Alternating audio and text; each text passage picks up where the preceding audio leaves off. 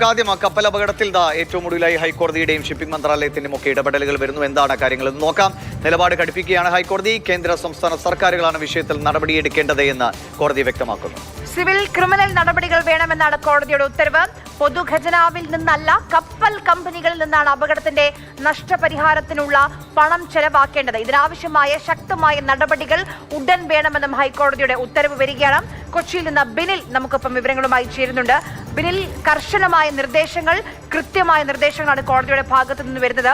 ഈ അറസ്റ്റ് ഉണ്ടായോ എന്നുള്ള ചോദ്യം സർക്കാരിന് മുന്നിലേക്ക് വന്നിരുന്നു. കേസ് പോലും എടുത്തത് ഇന്നലെ വൈകിയാണ്.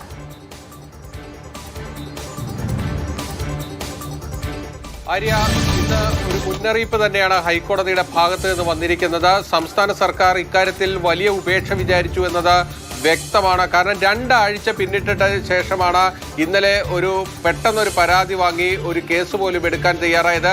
എന്തിനു വേണ്ടിയാണ് ഈ സംസ്ഥാന സർക്കാർ MSC കമ്പനിയെ ഇത്രമാത്രം സംരക്ഷിച്ചു നിർത്തിയത് എന്നത് തന്നെയാണ് പൊതുസമൂഹം ഉയർത്തുന്ന ചോദ്യം. അത് തന്നെയാണ് ഇന്ന് കോടതിയുടെ ഭാഗത്ത് നിന്ന് മറ്റൊരു തരത്തിൽ മുന്നോട്ട് വച്ചിരിക്കുന്ന പ്രധാനപ്പെട്ട വിഷയം. അതായത് ഇതിൽ ഒരു തരത്തിലുള്ള വീഴ്ചയും ഈ കപ്പൽ കമ്പനിക്കെതിരായ നടപടികൾ ഉണ്ടാകാൻ പാടില്ല എന്നാണ് കോടതി ഇന്ന് സർക്കാരിനോട് വ്യക്തമാക്കിയിരിക്കുന്നത്. സിവിലായും ക്രിമിനലായും നടപടി വേണം. നമ്മൾ എടുത്തു പറയേണ്ട ഒരു കാര്യമെന്നത് ഈ കപ്പൽ മുങ്ങിയ ശേഷം കോടിക്കണക്കിന് രൂപ ചെലവിട്ടുകൊണ്ടാണ് കേന്ദ്ര സംസ്ഥാന സർക്കാരുകൾ അവിടുത്തെ പരിസ്ഥിതി മലിനീകരണം കുറയ്ക്കാനുള്ള ഇടപെടലുകൾ നടത്തുന്നത്. എണ്ണ പടരുന്നത് ഒഴിവാക്കാൻ കോസ്റ്റ് ഗാർഡ് വലിയ രീതിയിലുള്ള പ്രയത്നം കടലിൽ നടത്തി. അതോടൊപ്പം തന്നെ നമ്മുടെ തീരത്തേക്ക് കണ്ടെയ്നറുകൾ ഒഴുകി വന്നപ്പോൾ നമ്മുടെ സംസ്ഥാന സർക്കാർ നടത്തിയ ഇടപെടലുകൾ നമുക്കറിയാവുന്നതാണ്.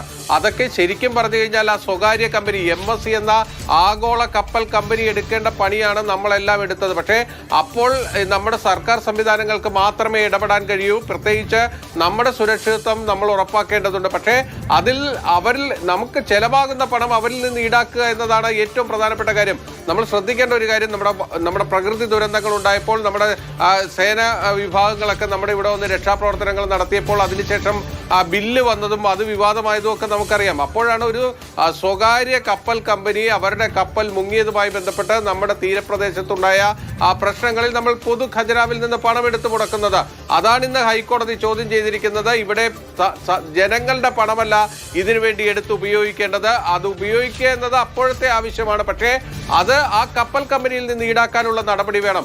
അത് MSCയുടെ കാര്യത്തിലായാലും ശരി, വാൻഹായുടെ കാര്യത്തിലായാലും ശരി, അത്തരത്തിൽ നടപടി ഉണ്ടാകണമെന്ന ആവശ്യമാണ് ഹൈക്കോടതി മുന്നോട്ട് വച്ചിരിക്കുന്നത്. അന്താരാഷ്ട്ര നിയമങ്ങളുണ്ട്, അന്താരാഷ്ട്ര കരാറുകളുണ്ട്, ധാരണകളുണ്ട്.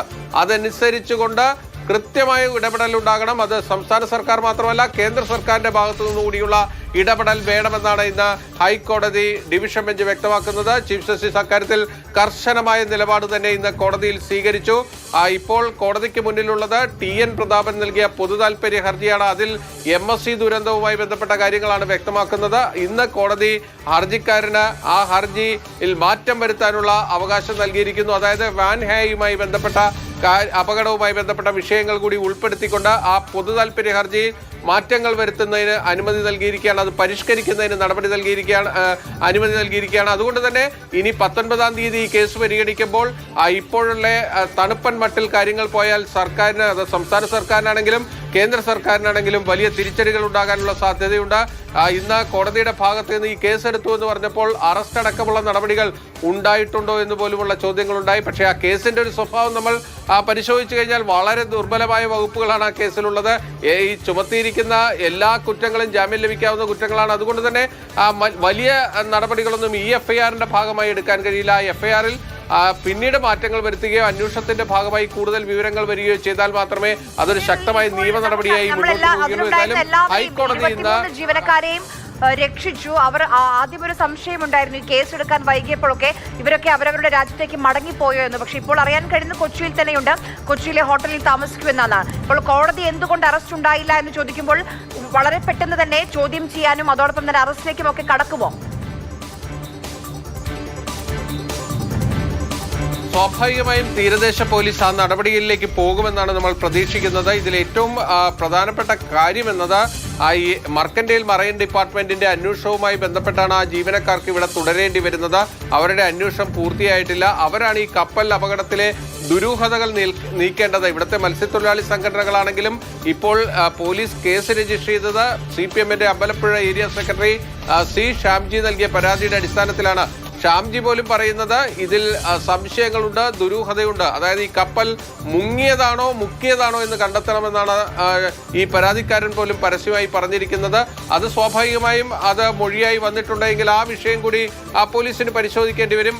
മർക്കന്റൈൽ മറൈൻ ഡിപ്പാർട്ട്മെന്റിന്റെ ഇപ്പോഴത്തെ അന്വേഷണ പുരോഗതി, അവരിൽ നിന്ന് വിവരങ്ങൾ ശേഖരിക്കേണ്ടി വരും. അത്തരത്തിൽ പോലീസിന് ശക്തമായ ഇടപെടലിലേക്ക് പോകേണ്ടി വരും.